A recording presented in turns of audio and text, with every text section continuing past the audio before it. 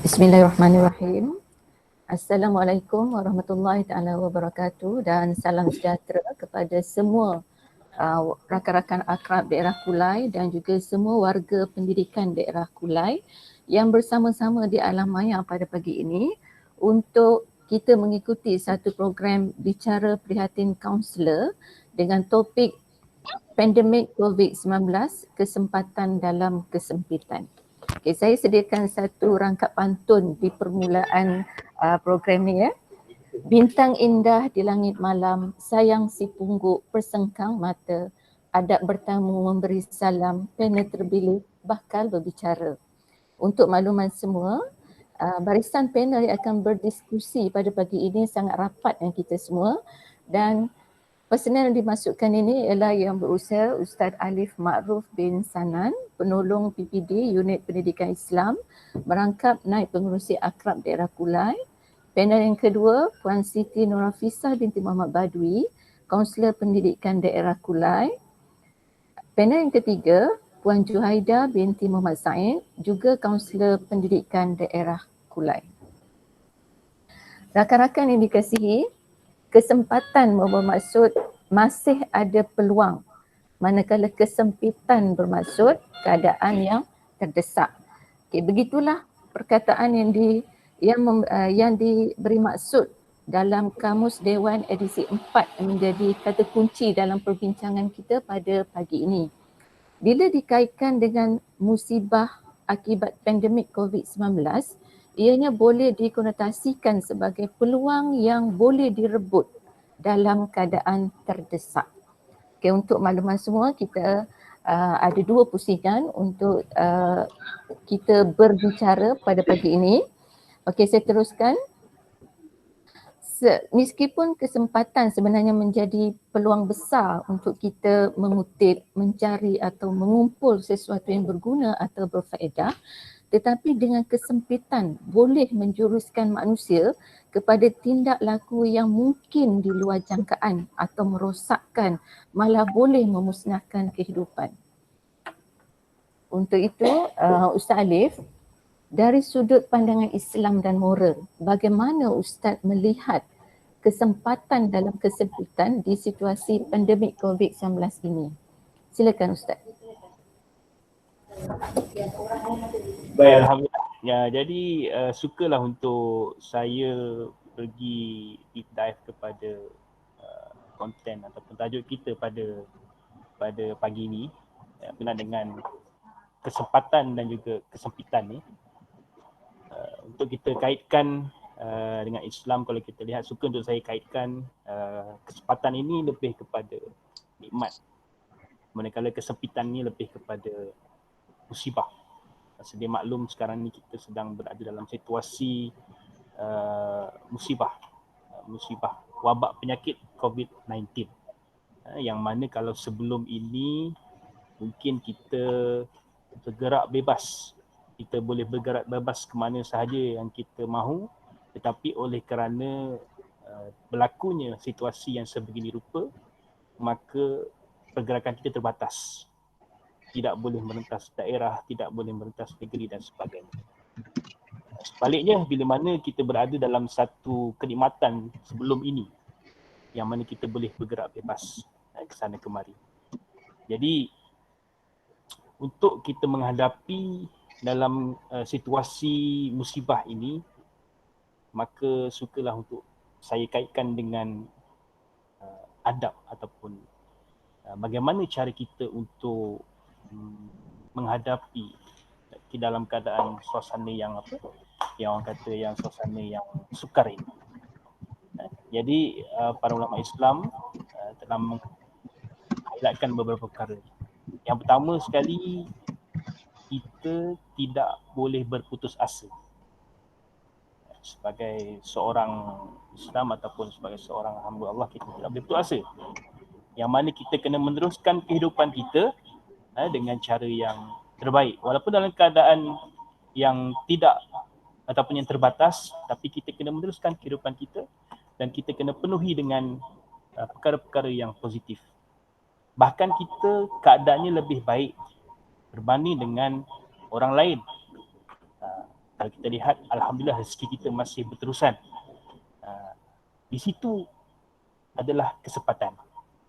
Yang mana rezeki yang berlebihan yang Allah kurniakan kepada kita, kita kena berkongsi kepada orang lain yang memang betul-betul dalam keadaan kesempitan. Dalam rezeki kita, ada rezeki untuk orang lain, iaitu orang yang memerlukan.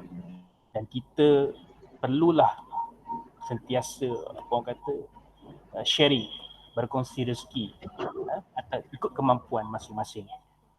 Kalau kita lihat, banyak juga NGO ataupun banyak juga badan-badan bukan kerajaan yang membantu, badan-badan sukarelawan yang membantu, contohnya seperti Ustaz Habib Liu, dia sentiasa ke hadapan untuk membantu. Rezeki yang beliau ada, rezeki yang Allah turunkan kepada dia, berlebihan dikongsi dengan orang lain yang betul-betul memerlukan. Itulah kesempatan untuk kita bersedekah. Mungkin sebelum ini kita tak berkesempatan untuk melakukan amal-amal jariah yang seperti ini. Kan? Mungkin dalam keadaan suasana pandemik ini, kita perbelanjaan keluarga kita pun berkurangan. Perbelanjaan keluarga kita pun tidaklah seperti sebelum ini.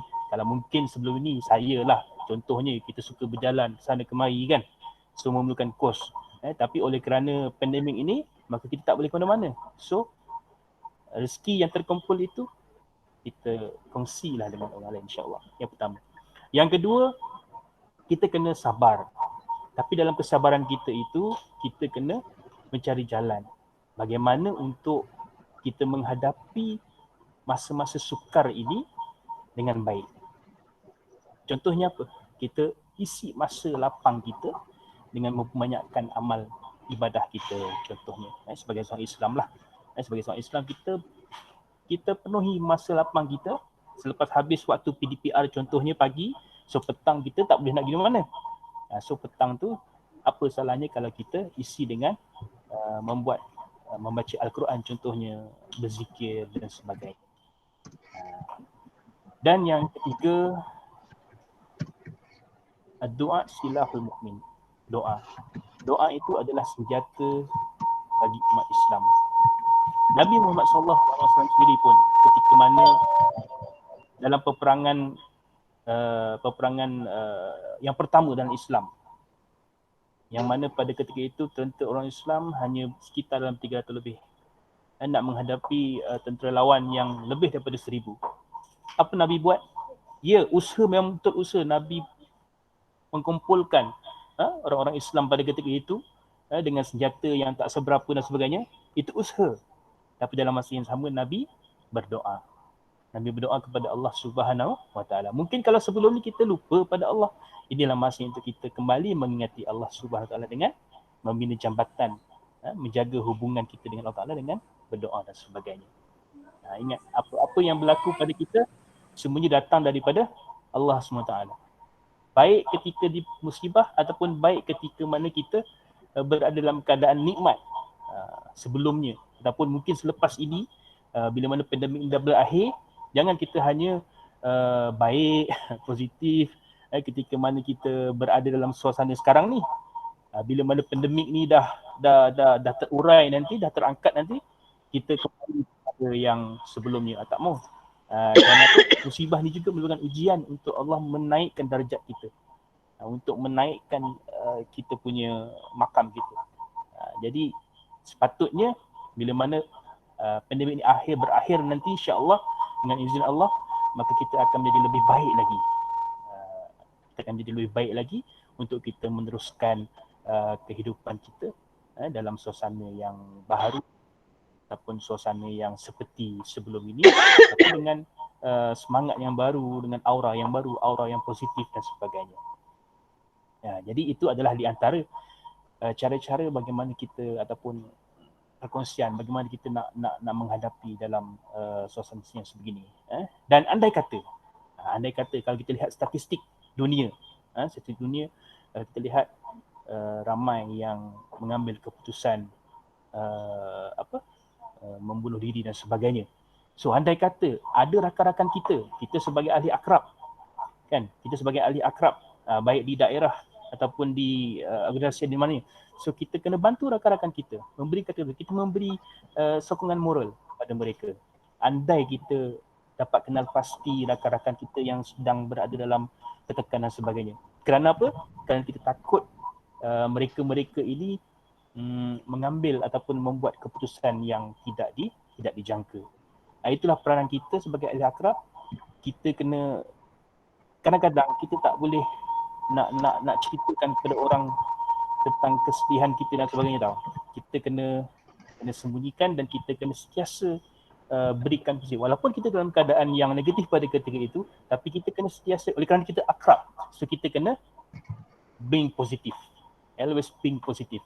So kita kena positif dan secara langsung dia dapat memberikan aura yang positif di kalangan rakan sekerja kita ataupun di orang sekeliling kita. Kita kena bantu mereka dengan memberikan kata-kata yang positif. Kalau kita tak mampu nak memberikan dengan apa orang kata dengan wang ringgit dan sebagainya, dengan kata-kata positif, insya-Allah sekurang-kurangnya untuk mencegah daripada mereka melakukan perkara yang tidak dijangka. Itu statistik tu ada. Itulah yang berlaku pada ketika ini, dan kita cubalah mainkan peranan kita sebagai ahli akhlak, insya-Allah. Jadi saya rasa cukup setakat ini dulu untuk pusingan pertama. Kita akan sambung nanti di pusingan yang kedua. Terima kasih. Pendekatan yang menarik sebagai permulaan kata-kata bagi pusingan pertama. Kata kunci dari apa yang disampaikan sebenarnya tadi adalah berlapang dada, beraura positif. Selayaknya menyokong lebih baik dari menghukum. Terima kasih Ustaz. Pandemik COVID-19 sebenarnya telah mengubah landscape dunia dari segi politik, ekonomi dan sosial. Jangkitan COVID-19 kini telah memasuki gelombang yang ketiga dan proses mutasi. Angka jangkitan semakin meningkat. Data semalam menunjukkan kes baru mencapai sehingga 2,188 kes, satu angka yang menakutkan dan tertinggi dalam catatan negara. Puan Norafisha, untuk itu dan merujuk kepada topik yang sedang kita kupaskan ini, bagaimana Puan boleh mengulas dari sudut psikologi dan kaunseling? Silakan. Okey, saya minta maaf atas masalah teknikal yang berlaku. Okey, masalah teknikal yang berlaku tadi kita teruskan sebab ada yang on, mic off dan sebagainya.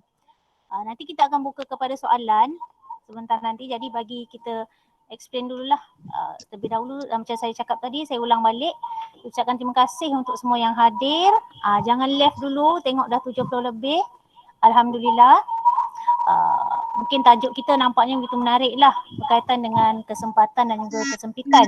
Kita cuba membawalah pemikiran tuan-tuan dan puan-puan untuk berfikir apakah maksud di sebalik ayat tersebut. Tadi telah diulas lebih lanjut oleh Ustaz berkaitan dengan pandangan Islam dan kemoralan. Tajuk ini saya melihat dia memiliki isi yang tersurat dan juga tersirat, sama ada positif maupun negatif, kedua-duanya tetap ada. Sekali kita baca dengan mudah, ada yang baca faham bahawa ada yang mengambil kesempatan dalam situasi yang sulit. Okay, ada orang mengambil kesempatan atau keuntungan dari kesempitan yang berlaku, dari kesengsaraan orang lain. Contohnya mungkin dari segi politik, ada yang menangguk di air keruh, menyalahkan pemimpin apabila berlaku pandemik ni, apabila berlaku kerugian berbilion ringgit negara kita sejak berlaku pandemik ini, and then ada pihak majikan yang mengambil kesempatan memberhentikan pekerja dan sebagainya. Tetapi jika dilihat dari sudut yang positif, banyak juga kesempatan yang telah diambil dengan begitu baik sekali. Syarikat, kita tengok syarikat delivery, penghantaran, tumbuh bagi cendawan, servis penghantaran, semua mendapat sambutan yang baik. Ada juga yang memulakan bisnes, jadi ada kesempatan yang juga dapat diambil. Okey, tadi Ustaz dah telah menyentuh berkaitan dengan dakwah dari segi Islam, dari segi moral. Kita tengok Ustaz mengulas berkaitan kesabaran, konsep syukur. Okey, jadi tajuk ini sendiri membuat kita fikir secara psikologi. Okey. Secara psikologi kita biasa mendengar you are what you think. Okay, you are what you think. Kami sendiri kami sendiri sebagai kaunselor di PPD Kulai ini membawa aura Tuan KPPD iaitu Tuan Zainal bin Buang. Kita mahu cuba mengubah cara berfikir guru-guru dan juga warga pendidikan di daerah Kulai, guru dan juga AKP. Bagaimana melihat kesempitan yang berlaku ini dan kita mengambil ia sebagai satu kesempatan yang baik. Okey, kita faham situasi yang berlaku. Kita sudah berada dalam pandemik ini sejak awal tahun lagi. Kita suka ataupun tidak, kita terpaksa meneruskan kehidupan yang mana kehidupan kita itu diterajui juga oleh pekerjaan kita. Kalau pekerjaan kita tidak dapat kita teruskan, maka kehidupan kita pun akan terjejas. Menurut kalau daripada segi psikologi dan kaunseling, menurut teori CBT yang diperkenalkan oleh Aaron T. Beck, yang juga biasa digunakan oleh para kaunselor dan psikologis, pemikiran manusia ini mempengaruhi perasaannya dan tingkah lakunya. Kalau dari segi pemikiran, kita tengok dekat kaunseling ni dia ada banyak teori. Dia ada banyak teori. Tetapi teori yang saya bawakan hari ini iaitu teori CBT memperkenalkan bahawa manusia ini dipengaruhi oleh pemikirannya. Okey, bagaimana cara kita berfikir? Itu mempengaruhi tingkah laku dan perasaan kita. Jadi untuk situasi ini, bagaimana cikgu-cikgu, bagaimana tuan-tuan pengetua, bagaimana para AKP staff-staff semua berfikir dan menerima situasi pandemik yang berlaku sekarang ini akan mempengaruhi perasaan dan juga tingkah laku kita. Okey, dia akan mempengaruhi perasaan dan tingkah laku kita. Jadi sebagai seorang guru, saya bagi contohlah. Saya tak bagi contoh AKP, saya bagi contoh guru sebab saya juga seorang guru. Benar kita melalui kesempitan akibat situasi ini. Sekolah tutup, cikgu-cikgu tak boleh ke sekolah, menjalankan PDPR di rumah. Tuan-tuan yang ada hari ini mungkin tak ada kelas lah buat masa sekarang, jadi boleh join Alhamdulillah. Tampak makin meningkat 80 lebih, syukur. Ada juga kekangan-kekangan menjalankan PDPR di rumah, iaitu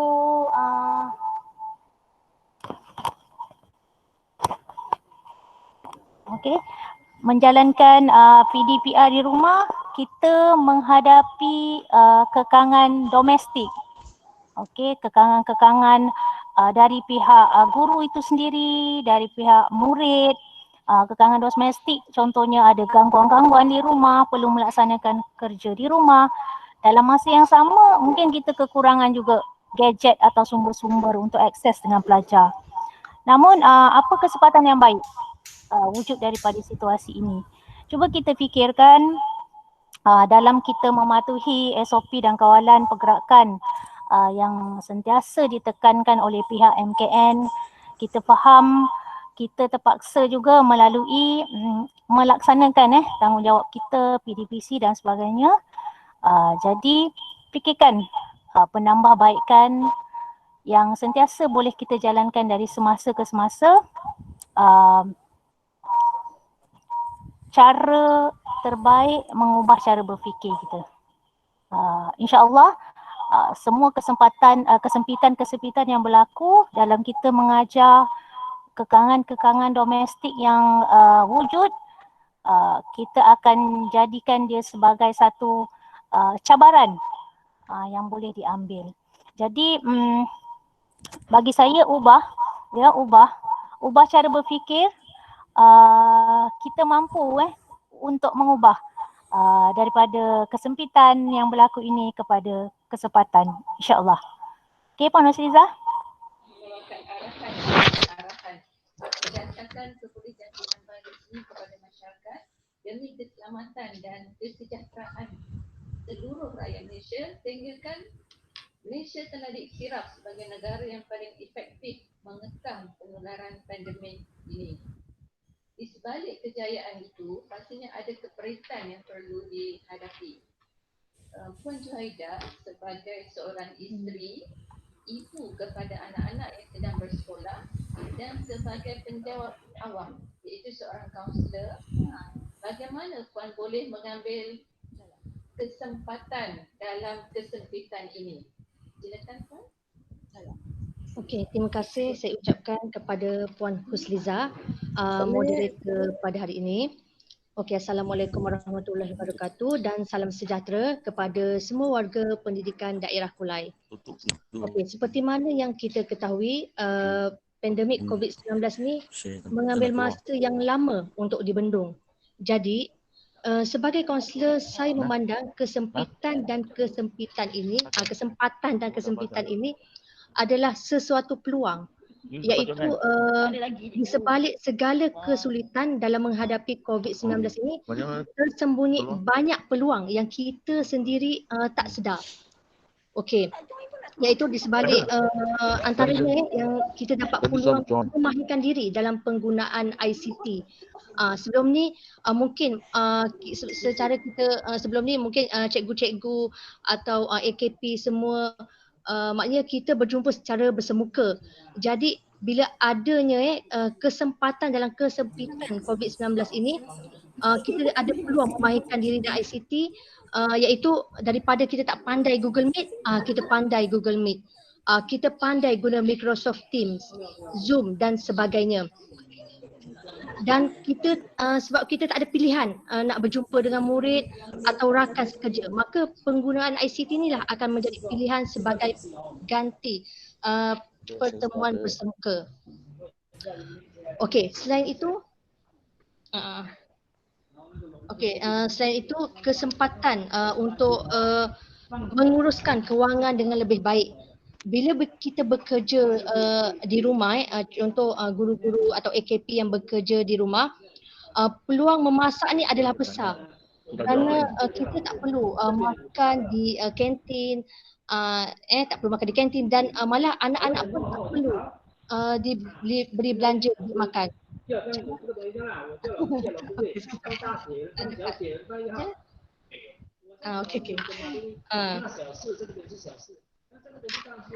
Okey, jadi kita dapat berjimat cermatlah sebab kita tak perlu bagi anak duit belanja dan sebagainya. Jadi sebagai seorang isteri pula, maksudnya saya ni pun mempunyai anak dan saya juga isteri. Jadi dan kepada kita juga, kita ni sebagai isteri perlu memahami keadaan sekarang. Yang kita tak boleh berjalan-jalan seperti dulu. Kalau dulu kita bolehlah pergi mana-mana tanpa menjaga penjarakan sosial, maknanya boleh berjalan-jalan lah. Jadi bila adanya kesempitan ni, jadi ambillah kesempatan ini dengan melakukan aktiviti dan berbual bersama bersama keluarga untuk memperbaiki hubungan yang sebelum ni mungkin kita terlalu sibuk dengan kerja. Jadi hubungan tu kita hanya sekejap je balik kerja dah sibuk nak masak, jadi kita pun tak sempat. Jadi bila ada masa macam ni, kita tak boleh berjalan jauh. Jadi ambil masa tu melakukan aktiviti dengan keluarga. Selain itu, sebagai ibu sebagai ibu yang memiliki anak sedang bersekolah, inilah kesempatan jadi kalau kita sebagai seorang ibu, kesempatan atau peluang untuk membina masa berkualiti bersama anak dengan membantu anak dalam pengajaran dan pembelajaran secara online dan bantu anak membuat kerja sekolah. Jadi macam sekarang ni mungkin kalau guru tu berada di rumah, dia boleh nampaklah anak dia di situ, dia boleh bantu. Tapi sekiranya macam AKP, macam saya ataupun ada guru yang bekerja, ada kena datang sekolah, jadi boleh menggunakan teknik 3P.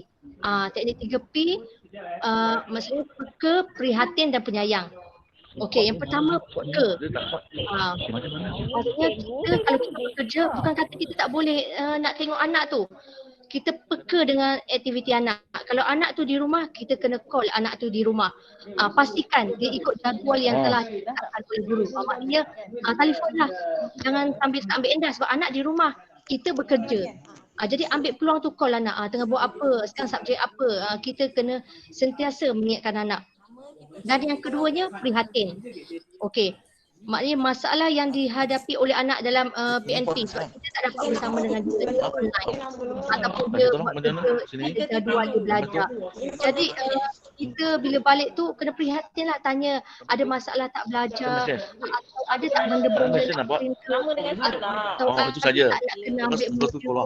Jadi kita boleh bantulah kat situ. Maksudnya kena ada sifat prihatin. Prihatinlah dalam diri. Maknanya teknik 3P tadi tu. Dan yang ketiga adalah penyayang.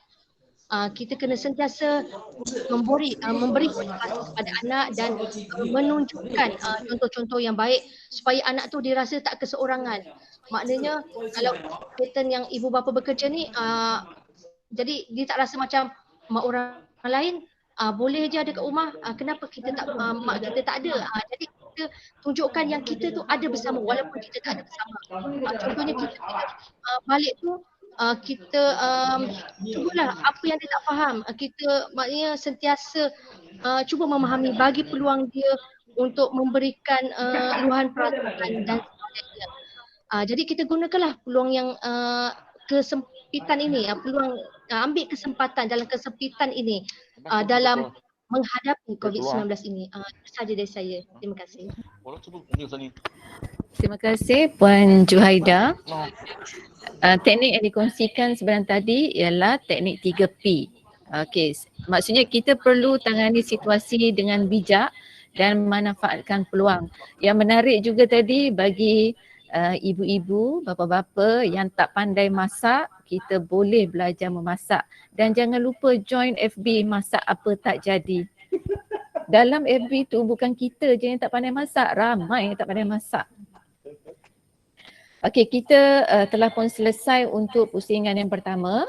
Jadi sebelum kita beralih kepada pusingan yang kedua, saya buka pertanyaan kepada peserta untuk mengajukan satu soalan kepada panel. Silakan. Baik, Assalamualaikum dan selamat sejahtera. Saya lebih fokus tujukan soalan ini pada Ustaz Alif lah. Ustaz, saya nak tahulah apa hukum menggunakan vaksin dalam yalah sekarang ni musim-musim COVID ni. Bismillahirrahmanirrahim. Assalamualaikum warahmatullahi wabarakatuh. Alhamdulillah, terima kasih Puan Emilia atas soalan tadi berkenaan dengan vaksin. Baik, sedia maklum vaksin ini adalah satu imunisasi lah, satu program imunisasi untuk kita mencegah daripada kita terus dijangkiti oleh pelbagai penyakit lah. Yang mana vaksin ni secara tak langsung dia dapat mempertingkatkan imun dalam badan kita, dalam diri seorang. Jadi isu vaksin ni ramai yang tertanya-tanya sebenarnya kenaan dengan apa hukum vaksin bila mana vaksin itu dihasilkan daripada barang atau daripada bahan-bahan yang terlarang dalam Islam contohnya. Sebab saya pun ada banyak buat search juga dan saya lihat vaksin ni memang kebanyakannya diperbuat daripada parti-parti yang kalau kita lihat tu memang adalah unsur-unsurnya, unsur-unsur yang daripada bahan yang tidak halal dan sebagainya. Tapi walaupun kita telah merujuk kepada beberapa fatwa yang telah dikeluarkan, contohnya dalam fatwa Majlis Agama Islam Wilayah Persekutuan, dia ada memberitahu bahawa bila mana kita berada dalam situasi darurat, contohnya macam isu COVID-19 ini, yang menghadapi ini bukannya hanya negara Malaysia sahaja, tetapi seluruh dunia. Bermula daripada 3 Mac dan ia memberi kesan yang sangat teruk daripada pelbagai aspek.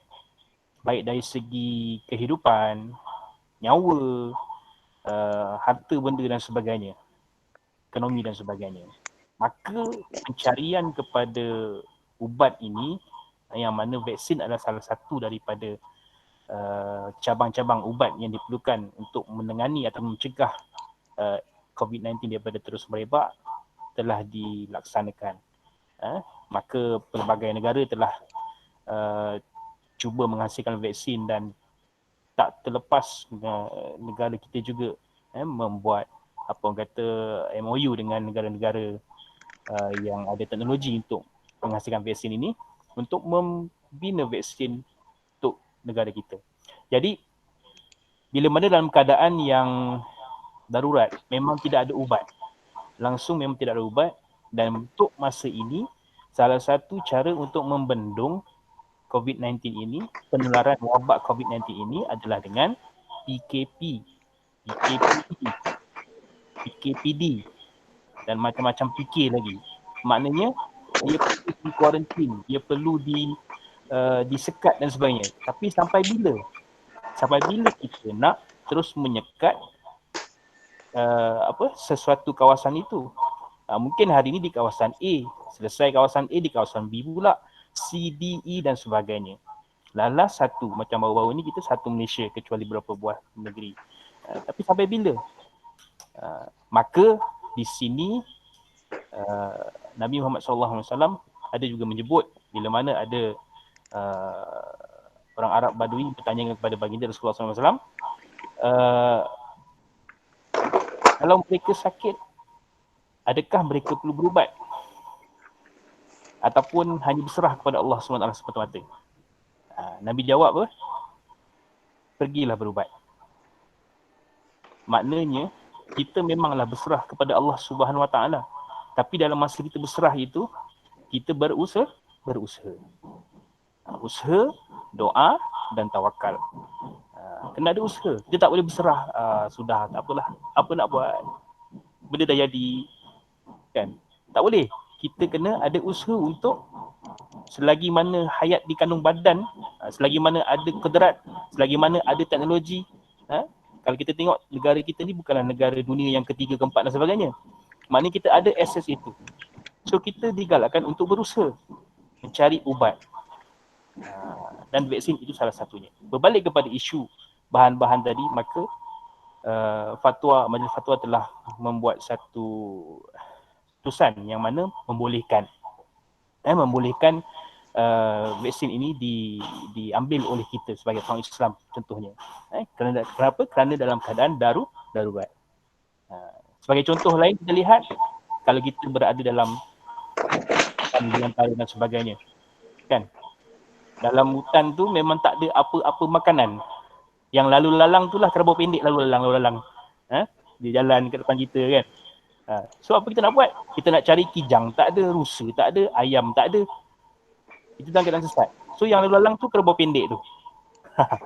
Maka dibolehkan kepada kita untuk memburu dan kita ambil sekadarnya, secukupnya. Bukannya kita golek, tak. Maknanya kita mengambil sekadarnya untuk mengalas perut, untuk kita meneruskan kehidupan. Jadi sama juga macam vaksin ni, maknanya kita ambil untuk kita meneruskan kehidupan. Jadi saya harap tidak ada lah, tidak ada apa orang kata perasaan was-was dan sebagainya. Nak buat vaksin ni bukannya kita ambil bahan A, B, C, D, buat eksperimen, tak. Dia ada dia punya piawaian yang tertentu. Dan saya lihat ada satu jurnal tu, maknanya KKM dia berkolaborasi dengan JAKIM. Kalau ada melibat dalam perkara yang berkaitan dengan syarat dan sebagainya, mereka berkolaborasi untuk verify benda ni tahap mana, si minima, kalau boleh seminima yang boleh digunakan bahan itu, seminima, sampai begitu sekali, seminima yang boleh bahan-bahan terang itu untuk dijadikan sebagai salah satu ingredient dalam vaksin tu. Tapi apapun, berbalik kepada tadi, soalan tadi, hukumnya adalah harus untuk mengikut kepada pandangan fatwa, hukumnya adalah harus, insya-Allah. Jadi itu saja. Terima kasih. Dah seronok sangat dengan diskusi kan. Okey, rakan-rakan yang dihormati sekalian, okey, Perintah Kawalan Pergerakan yang dikeluarkan oleh MKN telah melalui beberapa siri. Perintah Kawalan Pergerakan PKP kita lalui di peringkat awal dulu, diikuti dengan Perintah Kawalan Pergerakan Bersyarat PKPB, Perintah Kawalan Pergerakan Pemulihan PKPP, dan kini kita kembali ke fasa PKPB. Dalam tempoh yang panjang ini, berbagai isu telah direkodkan, antaranya keganasan rumah tangga, isu perceraian, tekanan akibat dibuang kerja dan sebagainya. Begitu juga dengan isu provokasi yang berlegar-legar di ruang media sosial yang melibatkan warga pendidikan. Umpamanya, cikgu makan gaji buta, cikgu goyang kaki. Malah ada yang memberi cadangan agar golongan pendidik ini membantu barisan hadapan sebagai frontliner untuk membuat ujian saringan, swab test, mengawal sekatan lalu lintas dan sebagainya. Ustaz Alif, bagaimana pandangan Ustaz tentang situasi begini? Silakan. Tadi pun tak dapat.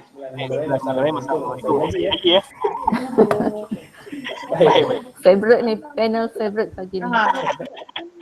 Okey, bagaimana kita nak menempani ni ya, yalah betul lah sebagaimana yang Puan Husnizah maklumkan tadi, yang mana yalah di media sosial ni macam-macam.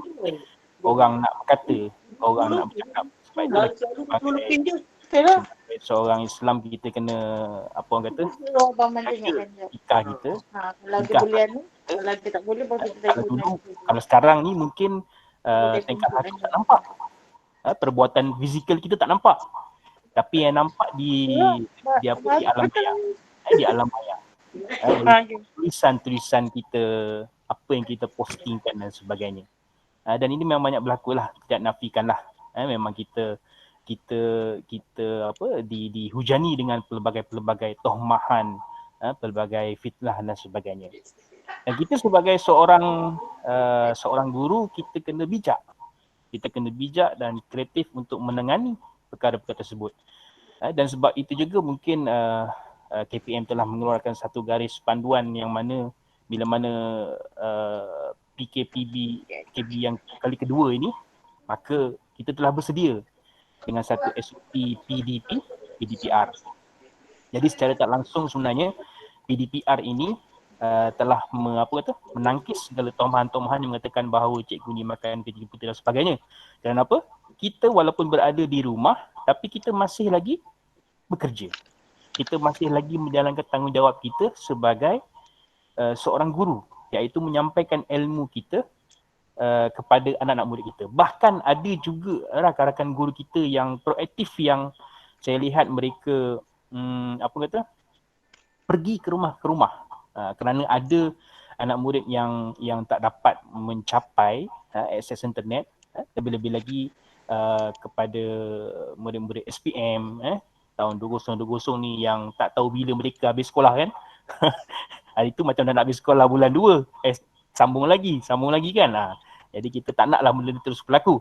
Jadi ada rakan-rakan guru kita yang mengambil langkah proaktif dengan pergi ke rumah menghantar bahan modul pembelajaran, membuat tuition, tuition secara persendirian dan sebagainya. Itu atas kreatif guru masing-masing untuk kita mengelak ataupun kita menolak tomahan-tomahan warga netizen lah, kita panggil netizen. Sebenarnya dia orang ni macam kita lah, kita bercakap sedap kan. Sebab apa? Sebab tak nampak muka, tak nampak siapa yang buat. Jadi dia suka, dia boleh tulis apa yang dia suka. Dia boleh suka tulis apa yang dia suka dengan rasa tidak bertanggungjawab. Tapi kita sebagai penjawab awam, kita tidak boleh mengeluarkan apa-apa pernyataan, apa-apa komen yang boleh mengganggu gugat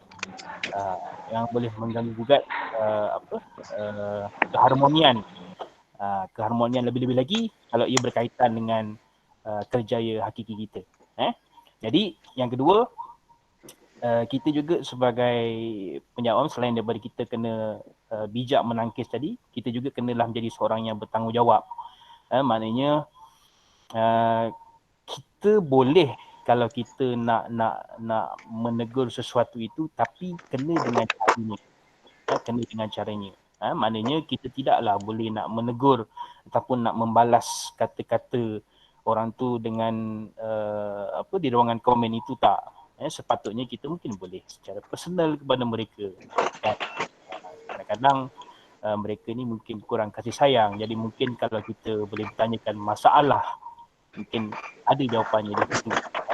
Dan memang kita tak boleh lari daripada hati kita ni yang ada macam-macam penyakit. Antaranya itulah penyakit hasad dan sebagainya. Lepas tu kita pun janganlah kita selalu suka sangat mengepos apa-apa perkara-perkara yang kita rasa kalau kita nak post ni akan menimbulkan keraguan. Yalah, pukul 9 pagi dah post kan. Sepatutnya pukul 9 pagi tu kita berada di depan laptop ber-PDR bersama dengan anak murid kita. Pukul 9 pagi kita upload tengah ngeteh kat sana kat sini. Tu tak cantik lah. Tu saya kata kita kena bijak. Kita kena bijak. Walaupun mungkin pada waktu itu kita, bukan waktu masa kelas kita, tapi kita tu saya kata kita kena bijak. Untuk apa? Untuk kita menangani teman-teman. Kita memang tak boleh lari daripada perkara ini. Apa-apa saja, bukan kita sahaja pun. Mungkin orang-orang lain pun yang bukan daripada sektor perguruan sendiri pun, kalau dah masuk dalam dunia netizen ni, macam-macam perkara boleh berlaku. Itu saya kata berbalik kepada diri kita, bagaimana kita nak menghadapinya. Kemudian yang ketiga, kita kena sentiasa bersangka baik lah. Kita kena sentiasa bersangka baik. Rezeki itu masing-masing. Rezeki itu masing-masing. Secara umumnya lah. Rezeki itu masing-masing. Ada rakan guru kita yang sekian-sekian rezekinya. Ada rakan-rakan kita yang sekian-sekian rezekinya. Jadi sebagai saya kata, penyakit hati itu memang ada pada mana-mana orang. So kita kena sentiasa bersangka baik lah. Dan kena sentiasa berasa positif. Jangan kita menambah lagi menambah minyak dalam api lagi kan, mengeruhkan lagi keadaan. Itu satu perkara yang tidak baik lah. Dan sekali lagi saya ingin mengatakan kita kena berhati-hati lah, kerana kita ni berada di akhir zaman. Banyak dah Nabi sebut akhir zaman ni antara perkara yang paling banyak berlaku ialah fitnah. Fitnah yang berlaku ni lah, kalau kita lihat ni, banyak fitnah yang berlaku ni di mana? Di alam maya. Kan kadang-kadang kita post gambar sudu je contoh kan. Sudu. Kita post sudu je. Tak ada caption apa-apa pun. Komen kat bawah tu berjera-jera. Nak kalau komen si siapa tu? Mujahid tu. Komen si Mujahid tu kan. Macam-macam komen kat situ. Macam-macam bawah tu. Yang menarik, yang positif lah, yang mengutuk pun ada juga, nampak tak? Zaman fitnah tu begitu senang berleluasa bila mana dia berada dalam di alam maya. Itu kita kena elakkan. Kita kena elakkan lah. Tapi itu saya kata penyakit hati ni, ada juga orang yang memang suka mencari publicity dengan cara yang sebegitu. Sebagai contoh, ada satu kisah lah, tadi baru di-share oleh rakan-rakan sepejabat tadi. Ada satu hamba Allah ni, dia nak expose diri dia dengan dia memviralkan diri dia ni kena COVID. Dia memviralkan diri dia kena COVID. Dia sendiri yang menulis dekat dalam FB tu contohnya, kalau tuan-tuan ada baca lah kan. Saya pun tak perasan yang tu, tapi viral dekat Facebook, dia kata dia kena COVID dan dia pergi ke sana, dah pergi ke sini, pergi sana pergi sini. Tapi akhirnya dia tak ada pun COVID tu, tak positif pun. Tapi dia memang sengaja mereka cerita, itulah mungkin dia nak publicity, nak popular, tapi dengan cara yang tak sepatutnya lah. Dan minta dijauhkanlah perkara ini berlaku di kalangan kita. Dan kita sebagaimana pada awal tadi peringatan daripada saya, kita pun kena sama-sama menasihati rakan-rakan kita. Nasihat-nasihat rakan-rakan kita. Kadang-kadang dia tak keluar dekat wall, dia keluar dekat story, kan? Dia keluar dekat story FB. Kadang-kadang dia keluar dekat story WhatsApp, status WhatsApp. Kadang-kadang kita pun terbaca juga, kenapa kawan kita ni tiba-tiba dia post benda yang macam kan, kalau kita memang kita kenal rapat dengan mereka, mungkin kita boleh tanyalah kenapa, kan? PM personal. Ini peranan kita lah sebagai rakan akrab lah. Mana kalau ada rakan-rakan seorganisasi dengan kita, rakan sekerja kita, yang tiba-tiba dia mengeluarkan satu post yang apa kata, di luar jangka, mungkin kita boleh mainkan peranan kita untuk cuba mendekati dengan PM lah, bersama dengan dia, tanya, kan. Kadang-kadang kita malu ataupun kita tak ada kekuatan untuk kita berjumpa berdepan muka, bersemuka, kan. Tapi kita gunakanlah teknologi sekarang ni. Teknologi yang ada sekarang ni, dengan WhatsApp dan sebagainya. Jadi akhir kata saya kata berhati-hatilah bila mana kita menggunakan medium sosial ini, baik di FB ke, di Insta ke, di WhatsApp ke, Telegram ke, dan dalam masa yang sama kita kena bijaklah menangani segala tohmah-tohmah, jangan sampai ia mengeruhkan lagi keadaan. Dan lebih baik lagi, tindakan lebih baik, silent reader. Kita baca dan kita biar. Kita tak perlulah kita nak tambah-tambah lagi, tak perlu. Lebih-lebih lagi kalau ada isu-isu yang berkaitan dengan isu-isu contoh tadi macam vaksin dan sebagainya, so kita tak tahu, so kita janganlah memandai-mandai. Biarlah orang yang arif, biarlah orang yang pakar yang bercakap tentangnya. Kita tak perlulah kita nak menambah-nambah, kita kena reader saja. Apa yang baik kita boleh ambil, apa yang tak baik kita tolak tepi. Wallahu a'lam bishawab. Itu saja dari saya. Terima kasih. Ingatan mesra dari Ustaz Alif. Bersosial perlu beradab. Dan nasihat ini juga sebenarnya selaras dengan etika ataupun peraturan penjawat awam. Rakan-rakan akrab adalah individu yang telah dilatih dengan sedikit bimbingan dan kaunseling, dan mereka ni telah pun ditauliahkan. Kami selayaknya adalah antara golongan yang bertuah, ibarat kata mempunyai perisai walaupun nipis untuk menangani tekanan. Dalam kalangan peserta juga saya yakin pasti tentunya ada dalam kalangan peserta yang mempunyai ilmu dan pengalaman mengenai bidang ini, bagaimana untuk menangani stres diri sendiri dan juga rakan-rakan. Okey, Puan Nurafisha sebagai seorang yang diberi mandat selaku kaunselor, bagaimana Puan meneliti isu masa kini dari sudut kesejahteraan psikologi warga pendidikan Kulai ini sendiri? Silakan Puan. Baik, terima kasih sekali lagi kita berjumpa. Terima kasih Puan Nusliza dan semua rakan-rakan warga pendidikan daerah Kulai yang masih setia bersama-sama dengan kita pada pagi ini. Seperti yang Puan Nusliza sebut tadi, ramai kita yang berada dalam situasi ini mengalami stres dan sebagainya. Pandemik COVID-19 ini memangnya dia ada memberi kesan kepada kita, sama ada kesan langsung, seperti ada setengah orang dia hilang pekerjaan, ada setengah orang dia hilang pendapatan, ataupun mungkin ada yang terlibat terjangkiti dengan COVID, hilang ahli keluarga dan sebagainya. Jadi situasi-situasi ini kita tak nafikan memberi kesan langsung kepada individu-individu yang terlibat. Manakala selain daripada itu, individu yang tidak terlibat secara langsung dengan pandemik COVID-19 ini, mungkin kita menerima kesan psikologi. Okey, adanya kesan psikologi sama ada secara langsung dan tak langsung juga kepada seluruh rakyat Malaysia. Ini semua orang akan merasainya, iaitu daripada segi kesan psikologi. Bagi orang yang lebih terkesan, maka lebih besarlah tekanan yang mereka terima.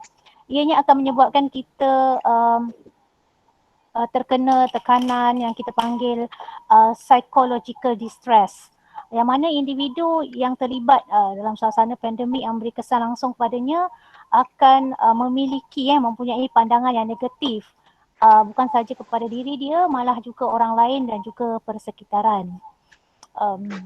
Kesan psikologi ni dia distress lah. Contohnya saya bagi contoh lah untuk mudah faham, sebab saya tahu kat sini pun ada pengetua, ada pemimpin sekolah yang menguruskan cikgu-cikgu yang mungkin stres, ada juga rakan-rakan akrab yang mungkin berjumpa dengan guru-guru yang stres, kawan-kawan yang stres dan diri sendiri stres. Maknanya kita bila dengar siapa yang ada kat sini, dah ada 100 orang yang dengar ni, boleh membantu diri dan juga orang lain lah di sekeliling kita. Okey, kalau contohnya ada orang yang pernah dikuarantin atau keluarganya pernah dikuarantin atau pernah dijangkiti dengan COVID-19, secara tak langsung mereka mungkin akan mengalami keresahan, anxiety, anxiety, kemurungan, lebih teruk daripada stres, kebimbangan yang melampau, ada yang mungkin kena attack, panik dan sebagainya. Lebih teruk lagi mungkin orang yang pernah dijangkiti dengan COVID-19 mungkin ada post traumatic syndrome disorder, iaitu mungkin dia trauma lah, ringkasannya trauma dengan situasi yang berlaku. Atau mungkin ada juga orang yang sudah memiliki penyakit seperti OCD. OCD, jadi bila situasi ini berlaku kan kita nak sentiasa bersih dan sebagainya. Mungkin itu menyebabkan dia lebih bimbang, gusar dan sebagainya, sentiasa nak jaga kebersihan dan sebagainya. Itu berlaku. Ataupun petugas-petugas, frontliners dan sebagainya.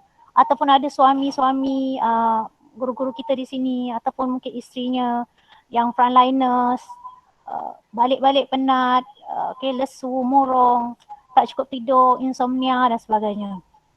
Itu antara kesan juga. Daripada segi pemikiran akan terganggu. Tidak fokus. Kalau yang lebih teruk, tak rasional, tak boleh menerima dengan baik situasi yang berlaku. Dari segi perasaan mungkin rasa takut, resah, gelisah. Manakala dari segi tingkah laku, inilah kesannya. Macam saya dah cakap tadi, teori CBT kata pemikiran kita mempengaruhi perasaan dan tingkah laku. Seorang tu akan hilang minat lah. Hilang minat, macam kita kan, stres, banyak kerja dan sebagainya. Mulalah malas lah, tak naklah buat kerja, tak naklah buat video dan sebagainya. Hilang minat, suka tidur sebab asyik fikir, tak aktif. Hilang minat dengan aktiviti yang sebelum ni suka buat. Macam Puan Husiza cakap tadi, masak.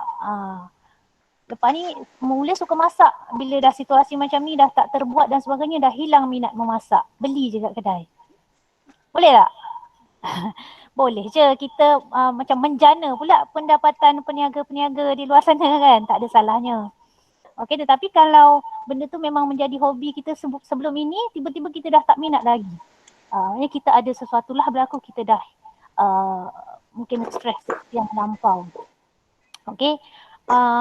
Maknanya situasi itu berlaku sama ada kita ni memang mangsa ataupun pengidap COVID ataupun pernah jadi mangsa COVID ataupun kita ni orang biasa. Orang biasa pun pernah akan terkena juga kesan psikologi. Cikgu-cikgu lah, macam sekarang cikgu-cikgu saya ada dengar tadi Puan Yusuf sebut cikgu makan gaji buta, cikgu kenapa cikgu duduk rumah ngajar je dapat gaji penuh dan sebagainya. Kita sebenarnya memang tuan-tuan kita tak boleh mengubah apa mentaliti orang di luar sana. Apa orang fikir, apa orang cakap, kita tak boleh ubah. Sebab tu saya cakap tadi, kita yang mengubah sendiri pemikiran kita. Kita tak boleh ubah mentaliti masyarakat. Kalau dulu cikgu ni diibaratkan sebagai lilin, membakar diri, menerangi yang lain kan. Sekarang dah tak pernah dengar kalau saya tak sebut ni macam ala-ala dah lupa dah. Guru ibarat lilin, dah tak ada dah. Macam mana tu? Maksudnya kita macam dari hari ke hari profession perguruan ni dah semakin tidak dipandang tinggi oleh masyarakat. Tapi kita punya profession profesional, pegawai PPP, Perkhidmatan Pendidikan Profesional. PPP, Pegawai Pendidikan Profesional. Profesional dah ada dalam tu. Tetapi orang tidak menganggap profession kita sebagai satu profession yang profesional. Jadi kita dipandang enteng dan sebagainya. Dianggap bahawa kita makan gaji buta dalam pandemik ni, kita pula mengambil kesempatan, okey, tak payah pergi sekolah, kita duduk rumah, tak payah buat PDPR dan sebagainya. Saya tak nafikan orang yang stres dengan situasi yang berlaku ini, kena mengajar dan sebagainya, sebenarnya adalah orang yang bertanggungjawab. Dia rasa kalau dia tak boleh buat, dia stres. Dia nak beri yang terbaik untuk anak-anak pelajarnya. Tapi kalau orang yang terlalu tenang saja, boleh tak? Relax, biarlah, tak payahlah buat PDPR, biarlah. Budak pun kalau aku masuk pun 3 orang ada yang masuk. Jadi terlalu tenang pun tak boleh juga. Saya puji. Sebenarnya bila saya baca dekat media sosial macam Ustaz sebut tadi, sebenarnya yang banyak komplain tu sebenarnya antaranya adalah orang-orang yang bagus, yang hebat. Dia memang rasa tertekan. Dia nak meluahkan apa perasaan dia. Jangan kita sangka orang yang tenang, relax, diam-diam tu dia memang buat apa yang sepatutnya dia buat. Mungkin dia tenang sebab dia tak buat. Okay. So itu mentality lah. Saya berbalik kepada mentality. Terpulang apa orang nak fikir, tetapi cikgu-cikgu yang ada kat sini atau warga yang lain, AKP, semua pun ada kadang-kadang BDR dan sebagainya. Orang pun kata duduk rumah aja tak pergi kerja ke dan sebagainya. Tapi mentaliti pemikiran orang kita tak boleh ubah. Kita sendiri yang memartabatkan profession kita, profession keguruan kita ni. Kalau bukan kita, siapa lagi kan? Biarlah orang nak kata cikgu-cikgu ni makan gaji buta dan sebagainya. Tapi you know, macam saya sebut tadi, you know who you are what you think. Okay, ambil kesempatan pandemik yang berlaku ini untuk kita buktikan bahawa cikgu tidaklah seperti yang mereka sangka. Okey, kalau dulu-dulu apa yang menjadi cikgu lilin dan sebagainya masih boleh, tak ada masalah. Cikgu masih lagi boleh sacrifice themselves untuk situasi macam ni. Okey, bagaimana kita memilih macam saya sebut tadi, bagaimana kita memilih untuk berada dalam situasi ini, sama ada kita nak memperbaiki situasi ini, nak berada dalam pandemik ini dengan kesempatan yang baik, membuat sesuatu yang baik, itu terpulang kepada kita. Okey, bagi rakan-rakan, khususnya rakan-rakan akrab. Akrab ni ialah pembimbing saya ambil kesempatan promosi lah. Akrab AKRAB ni adalah rakan pembimbing. Kalau kat sekolah kita panggil PRS. Jadi kat sekolah tuan-tuan sebenarnya ada sekurang-kurangnya seorang ahli akrab. Mereka ni dah dilatih, ada sijil, ada tauliah, untuk membimbing rakan-rakan. Jadi jumpalah mereka tak selesaikan masalah you all, tapi mereka mungkin boleh mendengar. Sometimes kita perlukan a shoulder to cry on, untuk share situasi kita. Saya promosikanlah. Dan rakan-rakan akrab di sini sentiasa akan mendapat sokongan kami di PPD Kulai ini. Beri contoh yang baik kepada rakan-rakan yang lain. Jangan akrab pula yang bermasalah lebih-lebih dan sebagainya. Tapi tak ada masalah. Cikgu ke, akrab ke, pengetua ke, counselors ke, kita bukan malaikat. Kita tak lari daripada masalah, kita tak lari daripada kesilapan. Jangan sesekali cuba untuk menjadi perfect. Menghampiri tak ada masalah. Tapi kalau terlalu inginkan kesempurnaan, ia akan mendatangkan masalah pada kita. Orang yang berada dalam situasi bermasalah, dia memang biasanya tak nampaklah situasi itu daripada sudut yang positif. Jadi inilah pentingnya kita ni, akrab ke, pengetua ke, menyedarkan rakan-rakan, merasionalkan kawan-kawan. Kita boleh guna teori CBT, teori REBT. Kalau teori REBT tu kita rasionalkan. Pemikiran tak rasional kepada rasional. Situasi yang berlaku ni kita tak dapat elak. Jadi suka ke tak suka, kita kena follow. Kita kena buat yang terbaik. Tapi yang pastinya kena ada hubungan yang baik lah. Akrab pun sama, kena ada repo, baru kita boleh menjalankan peranan kita dengan baik. Nampak mudah Cakap memang senang kan? Nampak mudah tapi benda tu sesuatu yang berat. Kita boleh cakap tapi walaupun susah namun ia masih boleh dilaksanakan. Slowly but surely and bitter but better. Okay, terima kasih Puan Husliza. Terima kasih Puan Fisha. Menurut Puan Fisha tadi, kita tak boleh ubah keadaan. Tapi kita perlu beradaptasi dengan situasi. Semuanya bergantung kepada diri kita sendiri. Akhir-akhir ini kita sering membaca media bacaan digital dan surat khabar telah melaporkan bahawa kadar bunuh diri meningkat dengan mendadak semasa pandemik COVID-19 dan dikabarkan Johor mencatatkan bilangan tertinggi di Malaysia. Manakala golongan yang paling berjaya membunuh diri adalah golongan lelaki. Semuanya berpunca dari tekanan yang tidak diuruskan, kemurungan yang tidak dirawat. Saya merujuk kepada Puan Juhaida sebagai kaunselor yang berpengalaman selama 15 tahun dalam bidang pendidikan. Apa agaknya tip-tip yang boleh dikongsi dan diguna pakai untuk menghadapi tekanan lebih-lebih lagi dalam masa pandemik ini? Silakan. Terima kasih kepada Puan Husliza, moderator kita pada hari ini, dan tahniah juga kepada 100 orang peserta yang masih setia lagi dalam bicara prihatin kaunselor pada hari ini. Okey, sebenarnya pengalaman dalam bidang pendidikan tu memang 15 tahun.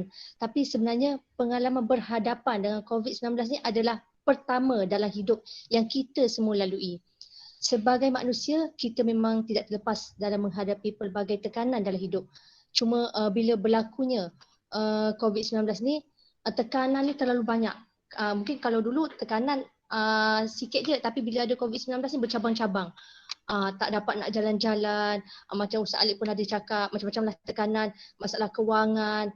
Ni anak nak online ni, ibu sibuk mengajar, ayah sibuk nak mengajar juga nak online anak orang lain.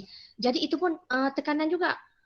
Kita sibuk nak ni, anak pula ni macam mana ni, tu tak cukup pula tak cukup pula handphone, laptop, semua dah dibagi.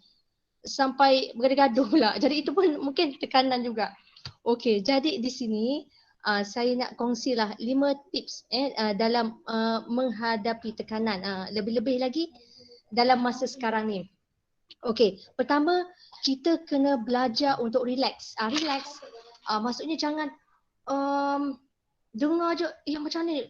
Bila kita fikir negatif benda tu, bila kita fikir alamak aku nak online kelas, lepas tu dalam masa yang sama anak pula ada 4 orang nak settlekan ni. Jadi masalah tu bila kita tak boleh relax, benda tu akan bertambah-tambah sebab kita asyik mengeluh. Jadi kita fikir dalam sudut yang positif. Okey, relax, tenang. Okey, duduk. Okey, duduk. Kita buat teknik pernafasan. Okey, jom ikut saya sama-sama. Okey, jom. Okey, kita buat teknik pernafasan sekarang ni. Okey, tarik nafas kira 4. Tarik semua. Tahan nafas kira 4. Dan hembus nafas dengan suara kiraan 4. Cuba kita ulang lagi sekali. Tarik nafas kiraan 4. Tahan nafas kiraan 4. Dan hembus nafas dengan suara kiraan 4. Okey. Itu misal katalah kalau kita dah tertekan, relax, duduk dulu. Okey, tarik nafas. Okey, kemudian teknik yang kedua, kita luahkan tekanan kita tu secara positif. Maksudnya kita janganlah luahkan tekanan kita tu, kita masuk ke FB, kita bercerita pula, aku ni tertekan, maksudnya bila kita cerita ke FB, jadi bila orang tengok kita ni macam, yalah bila kita ni sebagai seorang guru, sebagai seorang penjawat awam, maksudnya tak selesa lah orang tengok. Apa yang kita cakap di FB itulah sebenarnya diri kita. Orang akan melabel kita orang yang macam mana. Macam tak turus, Nanti orang kata apalah tak terus sikit nak beritahu. Ni hari ni tension lah, suami balik lambat lah, hari ni anak ni macam-macam hal lah, bergaduh lah. Jadi tak perlu kita bagi luahkan tekanan tu secara positif. Maksudnya kita boleh melakukan aktiviti yang digemari. Kalau kita tertekan, kita buatlah benda yang kita suka. Lepas kita dah penat tu, kalau suka masak, okey boleh masaklah. Okey, kalau suka menjahit, jahit. Okey, maknanya kita benda-benda yang positif. Dan satu lagi untuk meluahkan tekanan ni dengan menangis. Sebenarnya memang menangis tu nampak macam yalah macam orang stres, tapi memanglah itulah caranya. Kita luahkan, biar menangis. Tapi janganlah menangis sampai 3 hari 2 malam. Itu dah macam kasih selamat. Nanti takut buta pula, dah tertekan masalah lain pula.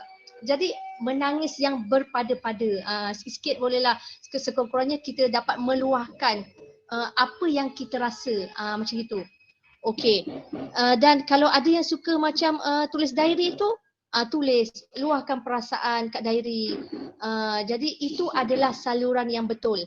Kalau kita luahkan kat FB, itu takut jadi makin teruk. Jadi makin teruk lah. Contoh kita macam tak puas hati dengan jadual waktu. Kenapa aku kena mengajar form 5 ni? Kenapa aku kan dulu mengajar tingkatan 4. Jadi bila kita luah macam gitu, benda tu akan jadi negatif dan last benda tu tak akan settle. Tiba-tiba kita pula kena panggil dengan pengetua. Kena tindakan sebabnya meluahkan macam gitu kan. Tak sesuai lah. Memalukan sekolah pula sebab mungkin dalam FB tu kita bukan rakan kita tu ramai, ada orang luar.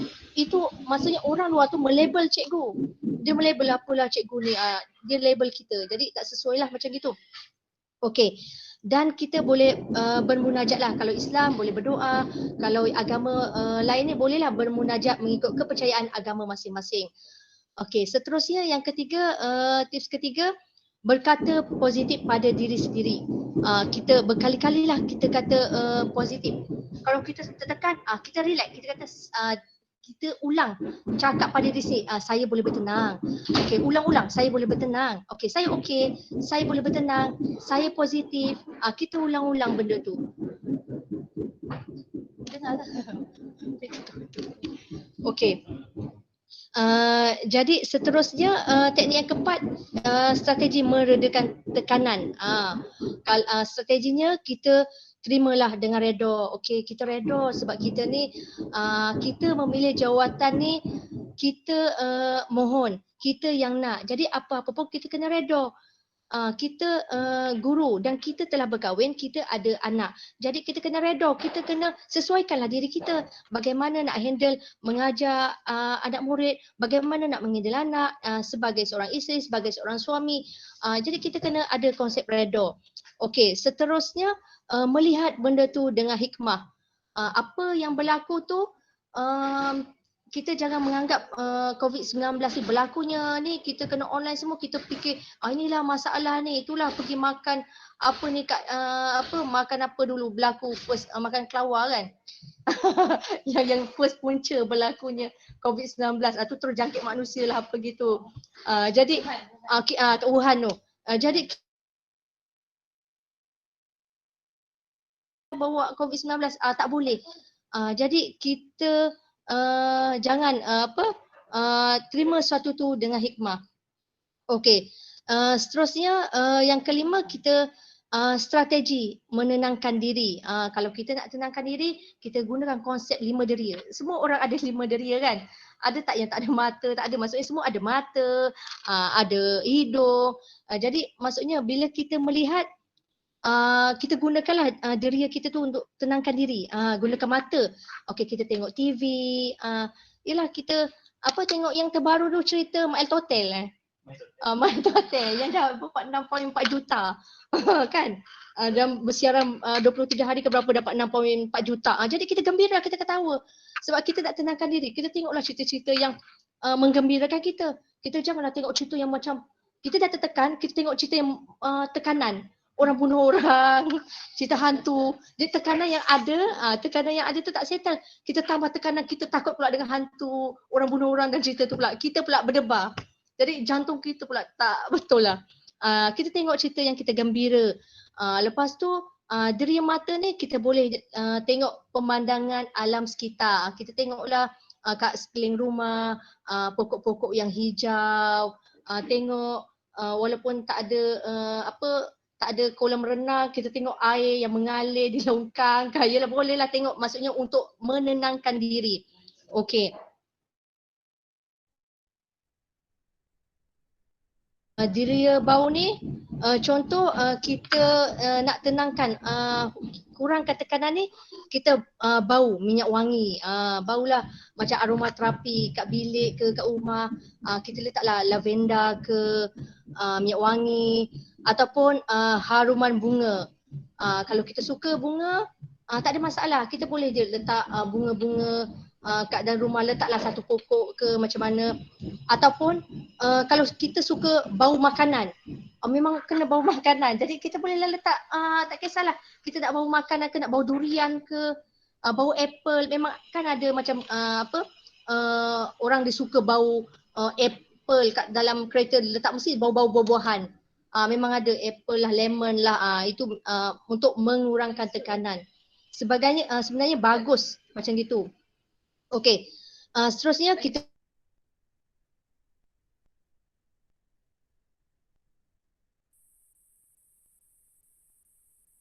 sentuh.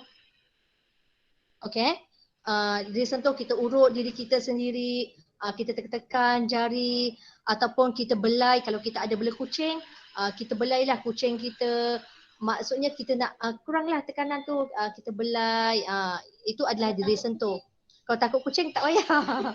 Takut nanti tertekan pula. Itu lain pula. Okey. Kemudian deria dengar. Dengar bunyi muzik. Kalau suka bunyi muzik, hip hop ke rock ke, tak kisahlah, ikutlah. Kalau suka yang rancak-rancak, dengar bunyi muzik. Kemudian tak semestinya muzik yang kita dengar dekat ni je, dekat radio tu. Dan kita boleh juga dengar muzik ni seperti bunyi burung. Kita dengarlah kat luar tu bunyi burung, bunyi kucing ke suka miau-miau. Nyanyi boleh juga tu. Itu diri rasa. Kalau kita rasa penyanyi semua dah tak sedap, kita je yang sedap, boleh juga. Okey, jadi kita nyanyilah gembira kita, tapi sebab kita nak hilangkan tekanan, okey, kita boleh menyanyi. Itu adalah diri rasa. Dan kalau kita suka makan, kita nak hilangkan tekanan, kita makan. Itu memang ramai yang orang suka. Jadi tak payah, kita relax, kita makan. Jadi kita tak payah fikir. Tapi makan tu kena berpada-pada lah. Takut dia makan-makan, lepas tu dah tak boleh nak bangun pula. Dah jadi masalah lain. Okey. Dah jadi malas, dah malas nak buat kerja. Itu tak boleh. Makan yang tak berlebihan lah. Okey. Kemudian kita kalau bagi Islam boleh berzikir. Kalau bagi yang agama lain boleh baca mantra ke apa benda lah mengikut kepercayaan. Itu saja dari saya. Terima kasih Puan Moderator. Terima kasih Puan Ju atas perkongsian teknik-teknik. Antara teknik yang menarik tadi kaedah menangis. Okay, yang pernah saya dengar terapi ketawa. Rupanya menangis pun ada terapi juga. Okey, seterusnya saya buka kepada peserta untuk mengajukan soalan jika ada.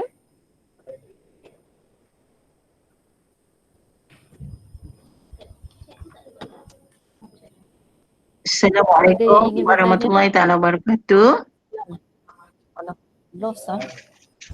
Okey, dengar.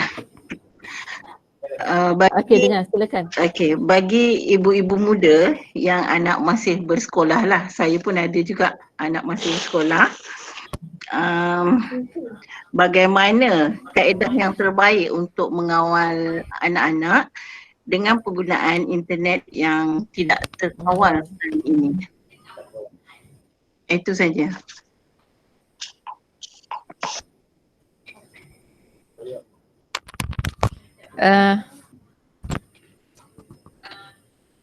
Okey, kita silakan Puan Ju untuk menjawab persoalan.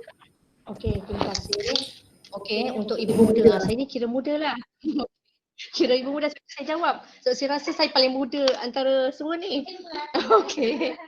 Jadi maknanya macam mana kita nak kawal anak kita tu? Yelah sebab sekarang kita terpaksa bagi dia handphone. Kalau tak macam mana dia nak online? Macam mana dia nak buka Google Classroom? Jadi yang pertama kita hadkan masa anak. Macam mana kita nak hadkan masa anak tu? Kita boleh buat jadual. Okey, maknanya waktu pagi tu jadual dia sekolah. Lepas tu petang maksudnya makan. Lepas tu adalah benda-benda lain. Dan satu lagi kita boleh guna family link. Ni saya nak tunjuk ni. Install family link tu kita boleh, mana pula family link saya ni. Okay. Saya nak tunjuk sekejap mungkin ada ibu atau bapa yang buat ni, saya rasa ni. Nampak tak family link ni? Nampak Okay, family link. Kita Play Store, kita install, jadi kita boleh kawal anak. Kita hadkan masa dia kat handphone tu hanya boleh guna 6 jam saja. Jadi 6 jam saja. Lepas tu lebih 6 jam dia terus block. Lepas tu kita boleh tahu anak kita ni buka YouTube berapa jam, ada buka game tak, semua kita boleh tahu dan kita boleh sekat dia.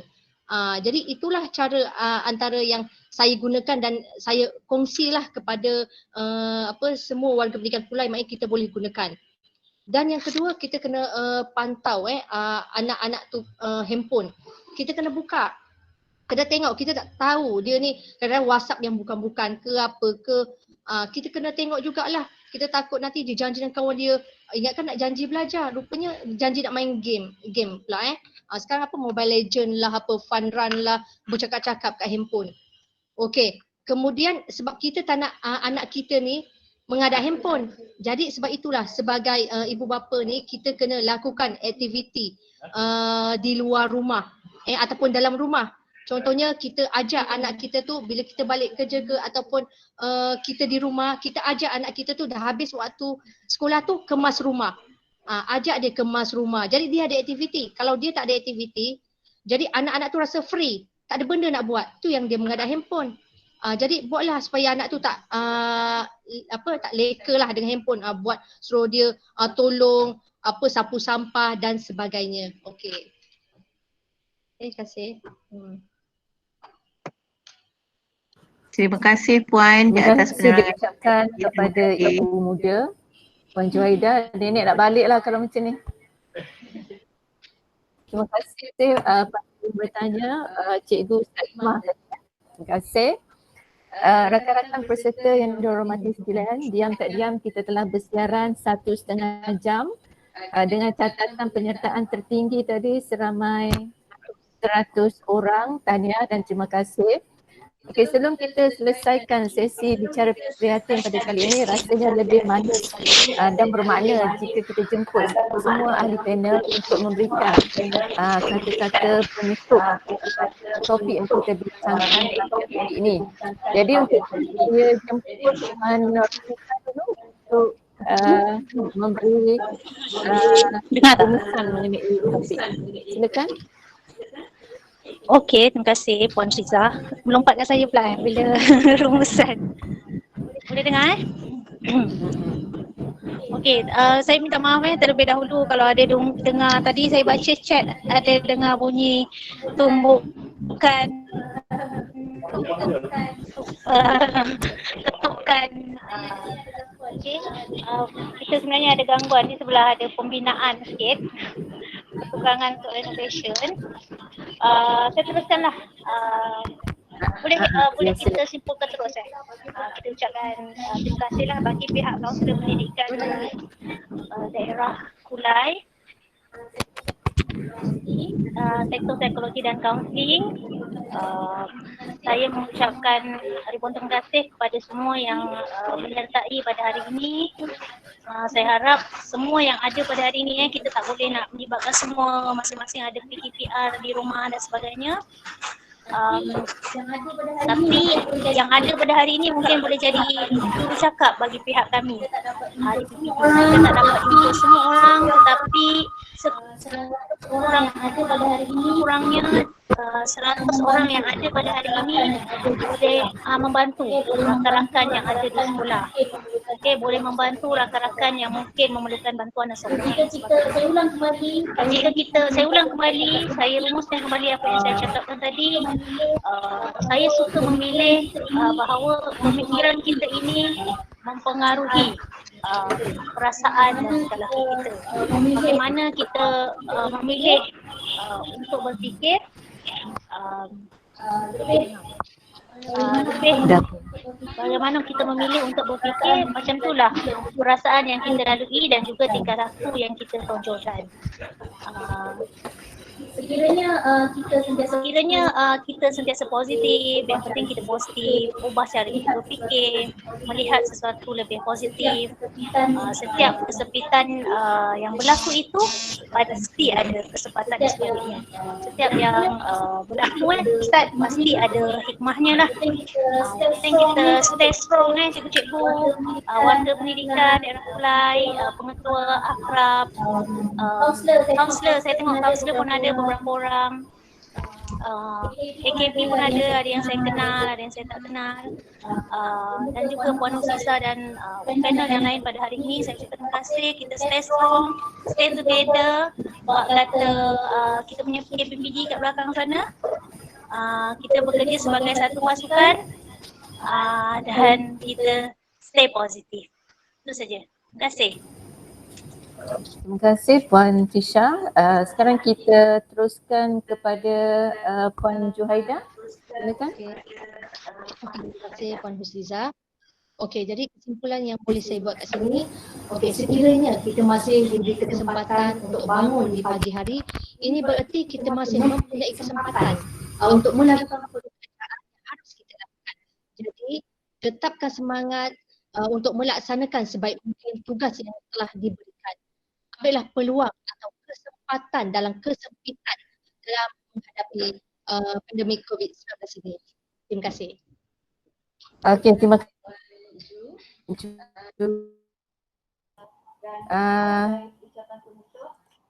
Sebagai penutup dan pada Bismillahirrahmanirrahim. Assalamualaikum warahmatullahi wabarakatuh. Rumusan daripada saya ada 3 perkara lah. Bacaan doa silakan Ustaz. Perkara yang saya highlightkan ini yang pertama berkenaan dengan hikmah COVID-19 ni.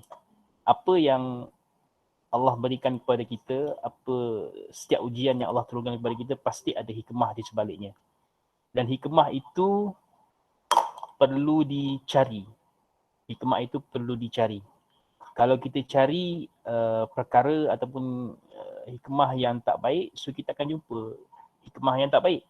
Tapi kalau kita cari hikmah yang baik, insya-Allah kita akan jumpa perkara yang baik. Banyak sebenarnya perkara yang baik yang berlaku di sekeliling kita. Cuma kadang-kadang mata kita ni sering nampak ataupun sering mencari perkara yang tak baik. So kita kena ubahlah cara kita cari hikmah di sebalik COVID-19 ini. Yang keduanya, kita elakkanlah bersangka buruk antara kita.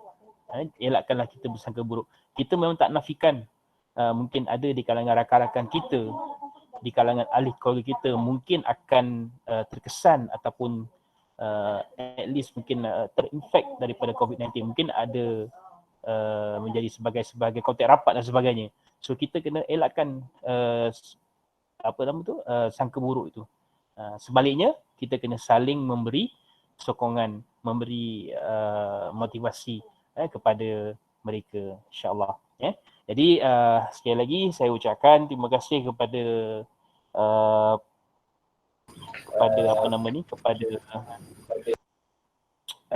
peserta-peserta kita pada hari ini, dan kita akhirilah kita punya bicara prihatin kita pada ini dengan bacaan doa, insya-Allah.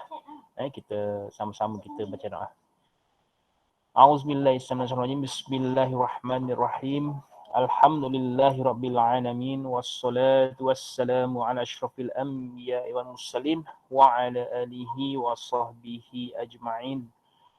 Alhamdulillahirabbil alamin wassalatu wassalamu ala asyrafil anbiya'i wal mursalin wa ala alihi wa sahbihi ajma'in. Allahumma dafa'anna al-bala' wal ghala' wal waba' wat ta'un wal fahsya'i wal munkar wal baghya was sawil muhtalifa wasyada'ida wal mihna ma zahara minha wa ma batana min baldina wa qaryatina hazihi khassah wa min buldanil muslimin kafah عامة إنك على كل شيء قدير وبالإجابة جدير. تخصنا بذي العزة والجبروت واعتصمنا برب الملكوت وتوكلنا على الحي الذي لا يموت. اللهم اصرف عنا هذا الوباء وقنا شر ضاه ونجنا من الطعن والطاعون والبلاء بلطفك يا لطيف يا خبير إنك على كل شيء قدير. اللهم اغفر لنا ذنوبنا ولوالدينا وارحمهما كما ربيانا صغيرا. ربنا لا تزغ قلوبنا بعد إذ هديتنا وهب لنا من لدنك رحمة إنك أنت الوهاب. ربنا آتنا في الدنيا حسنة وفي الآخرة حسنة وقنا عذاب النار. وصلى الله على سيدنا محمد وعلى آله وصحبه وسلم والحمد لله رب العالمين. Taqabbalallahu minkum minna wa minkum taqabbal ya karim. Berjumpa lagi kita di lain masa insya-Allah. Assalamualaikum warahmatullahi wabarakatuh. Amin. Amin ya rabbal alamin. Connection dulu saya ni sebenarnya. Okey, terima kasih diucapkan kepada semua ahli panel yang telah berusaha sehabis baik untuk mengupas, mencerna dan menghadam topik pada hari ini, dan diharapkan bantuan psikologi ini dapat membantu diri kita untuk membantu orang lain sebagaimana yang menjadi moto akrab yang kita pegang selama ini. Jadi demikianlah bicara prihatin kaunselor pada pagi ini dengan kerjasama antara kaunselor pendidikan daerah Kulai dan akrab daerah Kulai. Semoga kita semua mendapat manfaat dan keberkatan daripada majlis untuk pagi ini. Jutaan terima kasih kepada semua peserta yang sentiasa optimis dalam segala hal, sentiasa bermotivasi tinggi dalam segala keadaan. Jadi saya selaku moderator untuk pagi ini mohon maaf seandainya ada kekurangan dari pelbagai sudut, dan terima kasih kepada semua peserta. Sekian, terima kasih. Jadi saya serahkan program ni kepada Puan Juhaida untuk beberapa makluman. Silakan. Okey. Boleh tengok dekat skrin sekarang ada pendaftaran peserta. Boleh login macam biasa menggunakan SPL KPM. And then next, jangan lupa buat penilaian program juga di SPL KPM. Kalau yang tak pernah login SPL KPM, login dalam modul individu https://splkpm.moi.gov.my. And then modul individu, masukkan nombor IC dan 4 digit terakhir IC. And then kemudian kita boleh klik lah. Next, klik senarai latihan KPM. Nanti dah ada nama tuan-tuan. Dekat hujung tu ada penilaian. Lengkapkan kedua-dua. Kalau gambar yang saya tunjuk ni tak ada lagi, dia tak ada tanda. Sebab kita belum attend kan. Kalau dah attend nanti nama tuan-tuan akan wujud kat situ dan boleh jawab penilaian. Saya harap semua akan jawablah penilaian. Terima kasih saya ucapkan. Okey, saya lupa. Untuk semua warga pendidikan, IKP dan juga guru, sekiranya ada apa-apa perkongsian, share maklumat dan sebagainya, sekarang kita ada satu medium yang telah diperkenalkan sejak awal lagi, Januari lagi, untuk membuat temujanji bersama kaunselor. Saya Puan Siti Nurafisa binti Muhammad Badwi dan Puan Juhaida binti Muhammad Said. Scan aja QR code tu atau melalui https://itupk.moi.gov.my. Tak perlu login, just klik dekat janji temu kaunselor. Tuan-tuan boleh memilih kami berdua lah untuk buat sesi temu janji. Okay, ataupun ada kawan-kawan yang mungkin memerlukan bantuan boleh share kan. Screenshot lah. Screenshot sekarang. Boleh simpan. Mana tahu sekarang tak perlukan. Satu hari nanti tuan-tuan mungkin perlukan untuk bercakap dengan kami dan sebagainya. Yang penting ada medium lah yang boleh kita berjumpa, mungkin walaupun tidak secara bersemuka tapi kita boleh hubungi secara atas talian. Okay, terima kasih.